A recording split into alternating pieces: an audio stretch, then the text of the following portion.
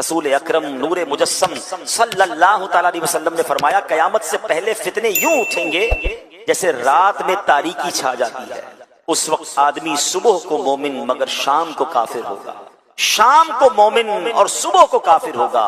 اس دور میں بیٹھا شخص کھڑے ہوئے سے، کھڑا ہوا چلنے والے سے، اور چلنے والا دوڑنے والے سے بہتر ہوگا.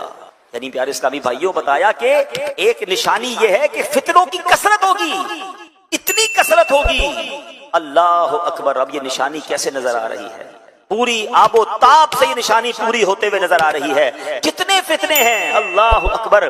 کہیں لا دینیت کا فتنہ ہے، کہیں جناب اسلام کے خلاف سازشیں ہو رہی ہیں، کہیں مسلمانوں کو غیر مسلم بنانے کی پلاننگ ہو رہی ہے، مسلمان بچوں کے دین و ایمان پر کہیں اسکول کالجز میں نصاب کے ذریعے حملے ہو رہے ہیں، دہریت کو پھیلایا جا رہا ہے معاذ اللہ. کہیں اسلام کا نام لینے والے ختم نبوت کے بارے میں جناب لوگوں کا ذہن خراب کرنے کی کوشش کر رہے ہیں. کہیں ایسے ہیں جو کلمہ تو پڑھتے ہیں مگر صحابہ کے خلاف باتیں کرتے نظر آ رہے ہیں. کہیں ایسے ہیں جو کلمہ پڑھتے ہیں مگر اہل بیت اطہار کے خلاف بات کرتے نظر آ رہے ہیں. اللہ اکبر. اسلامی لبادہ ہے، بات قرآن و حدیث کی کر رہے ہیں اور ایمان پر ڈاکہ ڈالنے کی کوشش ہو رہی ہے. گویا ہر طرف سے فتنوں کا انبار ہے اور ہم ہیں کہ غفلت میں جی رہے ہیں. ٹینشن ہی کوئی نہیں ہے، سب کی سننی ہے، سب کے پاس بیٹھنا ہے، سب سے دوستی لگانی ہے. ارے جناب کوئی مسئلہ نہیں. مسئلہ ہے قیامت سے پہلے. آقا فرماتے حال کیا ہوگا؟ کوئی صبح کو مومن ہوگا، شام کو کافر ہوگا، شام کو مومن ہوگا، صبح کو کافر ہوگا. یعنی ہر طرف سے ایمان کے ڈاکو ڈاکے ڈال رہے ہوں گے. سیدی اعلیٰ حضرت امام اہل سنت نے 100 سال پہلے بات فرمائی تھی.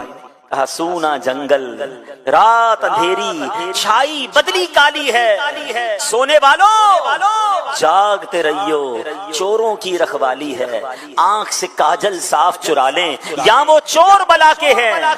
تیری گٹھڑی تاکی ہے اور تو نے نیند نکالی ہے. کیا فرمایا؟ آنکھ سے کاجل چرا لیں گے. کتنا زبردست محاورہ استعمال کیا. آنکھ کے اندر لگا ہوا کاجل اور سرما کون چرا سکتا ہے؟ فرمایا ایسے بلا کے چور ہوں گے تمہیں پتہ ہی نہیں چلے گا، اور تمہارا مال لے جائیں گے، تمہارا ایمان لے جائیں گے، تمہارا عقیدہ لے جائیں گے. کیونکہ علم دین تو ہے نہیں، علماء کرام کی صحبت ہے نہیں، دین پر پختگی کا ذہن ہے نہیں، ایمان جناب کتنی بڑی چیز ہے اس کی حفاظت کی فکر ہی نہیں ہے. یہ سب کچھ ہو رہا ہے مگر کیا ہم اس وقت کانشیس ہیں؟ ہم اس میں فکر مند ہیں کہ میرا ایمان بچ جائے، میرا عقیدہ بچ جائے؟ اچھا جناب میرا بچ گیا، میرے بچوں کا بچ جائے.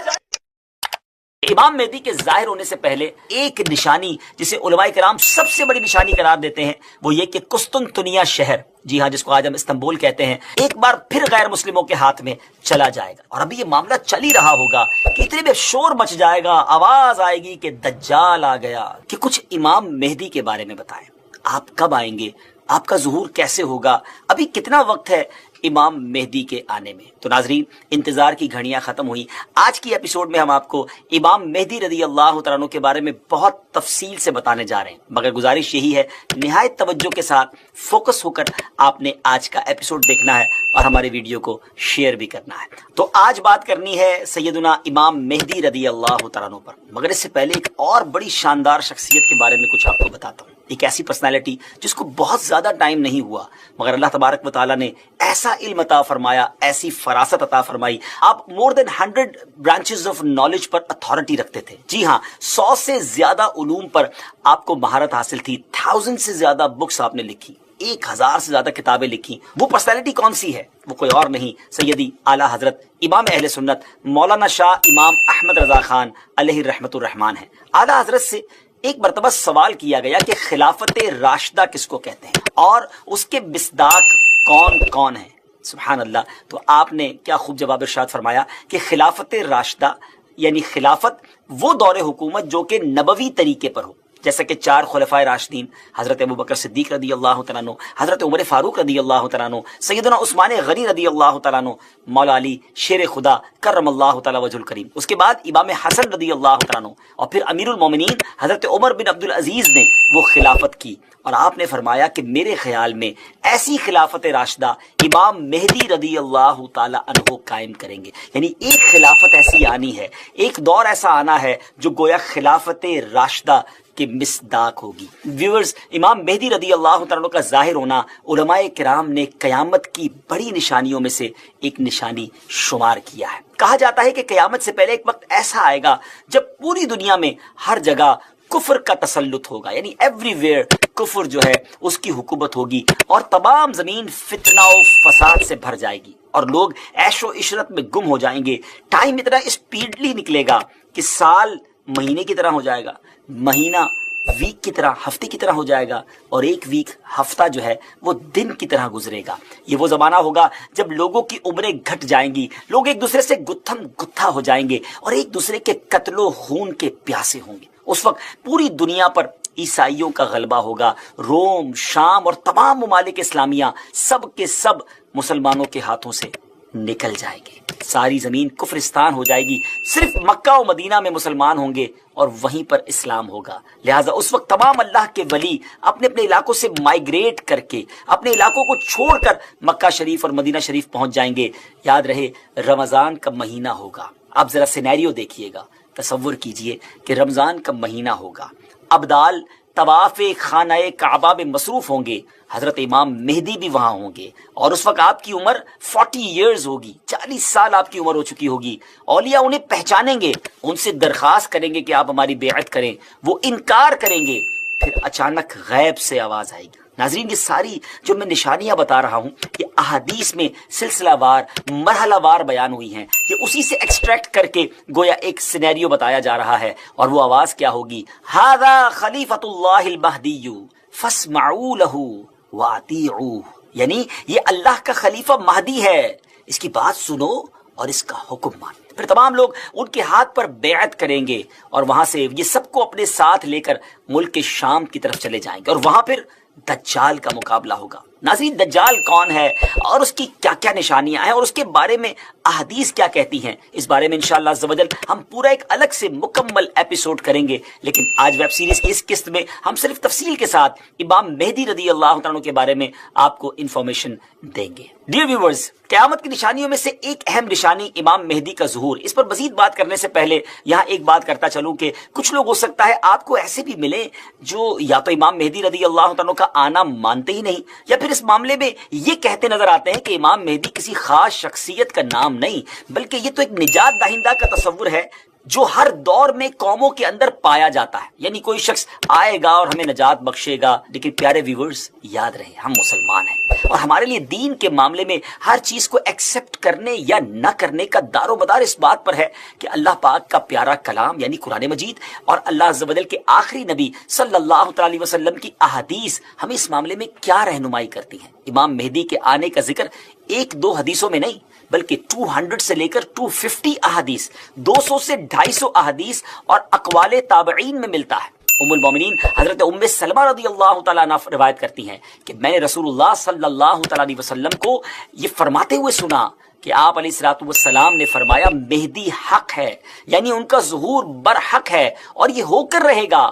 اور مزید آپ علیہ الصلوۃ والسلام نے فرمایا امام مہدی سیدہ فاطمہ الزہرا رضی اللہ تعالی عنہا کی اولاد سے ہوں گے۔ سبحان اللہ، اس حدیث سے اتنی بات تو بالکل واضح ہو گئی، کلیئر ہو گئی کہ امام مہدی کا ظہور یقینی طور پر ہوگا، اور وہ ایک شخصیت ہیں جو حضرت فاطمہ رضی اللہ تعالی عنہا کی اولاد سے ہوں گے۔ بہت ہی اہم بات یہ ہے کہ مہدی آپ کا نام نہیں ہے بلکہ آپ کا لقب ہے۔ ایک اور حدیث سناتا ہوں، حضرت عبداللہ ابن مسعود رضی اللہ تعالیٰ عنہ سے روایت ہے کہ رسول اللہ صلی اللہ تعالیٰ علیہ وسلم نے فرمایا کہ دنیا اس وقت تک ختم نہ ہوگی یہاں تک کہ میرے اہل بیت میں سے ایک شخص عرب کا بادشاہ ہو جائے جس کا نام میرے نام کے مطابق یعنی محمد ہوگا۔ ناظرین، نام تو آپ کو پتہ چل گیا، اب ہم آپ کو ان کا حلیہ بتاتے ہیں۔ امام مہدی دکھیں گے کیسے؟ سبحان اللہ، احادیث میں اس کی بھی ڈیٹیل موجود ہے۔ ان کی کچھ اور صفتیں بیان کرتے ہوئے اللہ عز و جل کے آخری نبی صلی اللہ تعالی وسلم نے ارشاد فرمایا مہدی میری نسل سے ہوں گے، ان کی ناک پتلی اور بلند ہوگی اور پیشانی روشن اور نورانی ہوگی، اور ان کا رنگ جو ہے وہ عربیوں جیسا ہوگا۔ سبحان اللہ، ان کے دائیں رخسار پر تل ہوگا اور آپ کی سیرت حضور علیہ الصلوۃ والسلام جیسی ہوگی۔ کے لیے ہم ایک اپنا ڈیلیگیشن بھیج دیتے ہیں، کسی نمائندے کو بھیج دیتے ہیں، تو حضرت مسلم بن عقیل رضی اللہ تعالیٰ کو بھیجا گیا کہ وہاں جائیں، حالات دیکھیں، پھر وہ ہمیں اطلاع کریں، پھر چلے جائیں گے۔ حضرت مسلم بن عقیل گئے تو کمال ہو گیا، Everybody welcomed him. ہر طرف سے ان کے نعرے تھے, ویلکم کیا گیا. امام حسین کے نائب کے طور پر ان کے ہاتھ پہ ہزاروں لوگوں نے بیعت کر لی. تو انہوں نے جب معاملات اتنے اچھے دیکھے, معاملات اتنے زبردست دیکھے, تو امام حسین کو خط لکھ دیا کہ حضور یہاں تو معاملہ بہت اچھا ہے اور آپ آئیے, لوگ آپ کی بیعت کرنا چاہتے ہیں, بہت محبت کرتے ہیں آپ سے. اور یہ اس کربلا کے واقعے کا ٹرننگ پوائنٹ تھا. اللہ کی کرنی تھی, ہونا تھا, مگر یہ جو ٹرننگ پوائنٹ تھا نا وہ یہ تھا, کیونکہ اس زمانے میں موبائل کمیونیکیشن تو تھا نہیں. ادھر خط روانہ ہوا, ادھر کوفہ والوں نے بے وفائی کرنا شروع کی. اور ایک وقت ایسا آیا کہ حضرت مسلم بن عقیل نے نماز کوفہ کی جامع مسجد میں پڑھائی, سینکڑوں لوگ پیچھے امامت میں تھے, مگر جب سلام پھیرا تو پیچھے ایک بھی مقتدی نہیں تھا. نماز میں ہی بے وفائی کر کے چلے گئے. بے شک ان کو دھمکیاں دی گئی تھی, ان کو بڑا ٹارچر کیا گیا تھا, مگر بڑا ظلم کیا, بڑی بے وفائی کی. حضرت مسلم بن عقیل کو بھی شہید کیا گیا, آپ کے بچوں کو بھی شہید کیا گیا. مگر حضرت مسلم بن عقیل کا آخری وقت تک یہ جملہ تھا کہ کوئی میرے امام کو بتا دے کہ میرے ساتھ کیا ہوا ہے, کیونکہ ان کو اپنی فکر نہیں تھی. ان کو یہ فکر تھی کہ میرا خط ملے گا تو وہ چل پڑیں گے کہ سب ٹھیک ہے. اور یہی ہوا. امام حسین وہاں سے چل پڑے, نکل گئے. لیکن بہرحال طویل واقعہ ہے کہ پھر 72 کربلا والوں کے سامنے 22,000 کا لشکر بھیجا گیا. دنیا میں ایسی جنگ کب ہوتی ہے؟ یہ تو لڑنے نہیں گئے تھے نا, بچوں کو لے کر, فیملی کو لے کر کوئی لڑنے جاتا ہے؟ یہ قافلہ تو اس لیے گیا تھا کہ بلایا گیا ہے, ویلکم کیا جائے گا, وہاں اسلام کی دعوت دیں گے, نیکی کی دعوت دیں گے, لوگ بیعت کریں گے. اور ادھر خوخار لشکر کو بھیج دیا گیا, 22,000 کا لشکر. تاریخ دان لکھتے ہیں کہ اتنا بڑا کیوں انتظام کیا گیا تھا. 72 لوگوں میں کچھ تو لیڈیز تھیں, بچے تھے, چند 100 سپاہی کافی تھے. انہیں پتا تھا کہ یہ شیر خدا کا خون ہے, یہ اللہ کی تلوار کی اولاد ہے, نبی پاک اور شہزادی کونین کا خون ہے ان کے اندر. ان سے آسان نہیں ہے لڑنا. اور ایسا ہوا بھی کہ جب یہ مارکا ہوا تو کئی لوگ خاک و خون میں نہلا دیے گئے اور ان کو برباد کیا گیا امام حسین کی تلوار سے. اور بڑے بڑے ہمارے جو اہل بیت اطہار کے جو سمجھیے کہ شاہ سوار تھے, لیکن آخرکار 3 دن کی پیاس, 3 دن کی بھوک, یہ شہید کر دیے گئے. لیکن میں نے کہا نا کہ میں تفصیلی واقعے کی طرف نہیں جانا چاہ رہا ہوں, میں آپ کو چند باتیں پوائنٹ آؤٹ کروانا چاہ رہا ہوں تاکہ آج کے بعد اب ہم یہاں سے کھڑے ہوں تو اپنی ذات میں کچھ تبدیلی لے کے کھڑے ہوں, کچھ امپلیمنٹیشن لیں. آپ کو پتہ ہے شب عاشور کیا ہوا تھا؟ 9 محرم کے بعد جو رات آئی تھی, صبح 10 محرم ہے, عاشورہ ہے, تیاری ہو رہی ہے کہ صبح لڑائی ہوگی اور معاذ اللہ صبح خون کی ندیاں بہائی جائیں گی. What happened on the night of Ashura? The night between 9th and 10th Muharram. There are 2 camps. 2 camps تھے. ایک 72 اہل بیت اطہار والے تھے اور ایک یزیدی کیمپ تھا جہاں 22,000 لوگ تھے. حسینی خیمہ تھا, یزیدی خیمہ تھا. کیا ہو رہا تھا اس رات؟ حسینی خیمے میں تلاوت ہو رہی تھی, دعائیں ہو رہی تھی, سجدے ہو رہے تھے, التجائیں ہو رہی تھی, گریہ وزاری ہو رہی تھی. اور یزیدی خیمے میں ناچ ہو رہا تھا, گانے ہو رہے تھے, شراب ہو رہی تھی, عیاشیاں ہو رہی تھی. This is the message of شب عاشور for all of you. ہم سب کے لیے یہ پیغام ہے کہ ہماری راتیں کیسے گزر رہی ہیں, تلاوت میں, نماز میں, عبادت میں, یا معاذ اللہ شراب میں, بے حیائی میں, ناچ گانوں میں, فلموں ڈراموں میں. اے پنجتن کا غلام کہلانے والوں, میں آپ سے بات کر رہا ہوں. بات تو بڑی کرتے ہیں کہ میں امام حسین پر اپنی جانیں قربان, کربلا والوں پر سب کچھ قربان, لیکن بتاؤ نا لائف کیسی گزار رہے ہو, یزیدی طریقے پر یا حسینی طریقے پر؟ حسینی طریقہ تو نمازوں والا, سجدوں والا, تلاوت والا ہے. یزیدی طریقہ ناچ گانے اور بے حیائی اور بدکاری والا ہے. ادھر لالچ تھی نا کہ معاذ اللہ ان کو شہید کر دو تو تمہیں یہاں کی گورنری ملے گی, اتنے پیسے ملیں گے. لالچ, مال, ہوس, یہ سب ادھر تھا. یہ ہمارے دل میں کدھر سے آ گیا ہے؟ حسینی قافلے والے تو لٹانے آئے تھے, قربان کرنے آئے تھے. اور آج مسلمان لالچ میں اندھا ہوا ہے. حرام کماؤں یا حلال کماؤں مجھے نہیں پتا, پیسے چاہیے بھائی. جس بھی جگہ جاب بتاؤ, جاب کرنے کے لیے تیار ہوں, چاہے شراب بیچنی پڑے, چاہے سور کا گوشت بیچنا پڑے, بس بتاؤ یار پیسے ملنے چاہیے, چاہے سود کا پیسہ ہو چلے گا, پیسے بتاؤ کتنے ملیں گے. افسوس ہوتا ہے کبھی کبھی رونگٹے کھڑے ہو جاتے ہیں کہ کسی ملک کا ویزا لینے کے لیے اپنے مذہب کے کھانے میں کچھ اور لکھ دیتے ہیں. منہ نہیں دکھانا اللہ کی بارگاہ میں, پیش نہیں ہونا کربلا والوں کے سامنے. ذرا سوچو, وہ تمام لوگ سوچیں جو اپنے دین کو کمپرومائز کرتے ہیں, جو اپنے عادات اور اپنی اطوار کو درست نہیں کر رہے, یزیدی طریقے پر زندگی گزار رہے ہیں. اگر محشر کے دن امام حسین سے ملاقات ہو گئی, کربلا والوں سے ملاقات ہوئی اور انہوں نے پوچھ لیا کہ ہم نے تو نانا کے دین کے لیے جانیں قربان کر دی, تم کیا کر کے لائے ہو؟ کیا جواب دو گے؟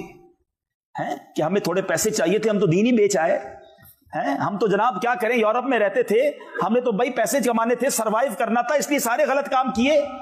چھوٹی چھوٹی باتوں پر کمپرومائز کر لیتے ہیں، ادھر وہ بھی کمپرومائز کر لیتے نا.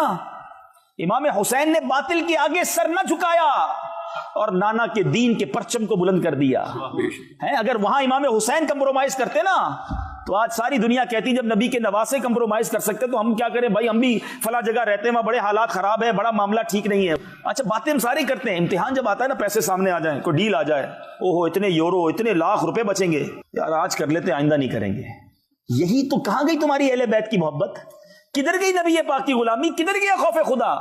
مسلمان ہو کر شراب بیچو گے، مسلمان ہو کر معاذ اللہ حرام گوشت بیچو گے، مسلمان ہو کر جھوٹ بول کر کام کرو گے، مسلمان ہو کر بے حیائیوں کے کام کرو گے. کیا مسلمان شراب کے اڈے میں جائے گا؟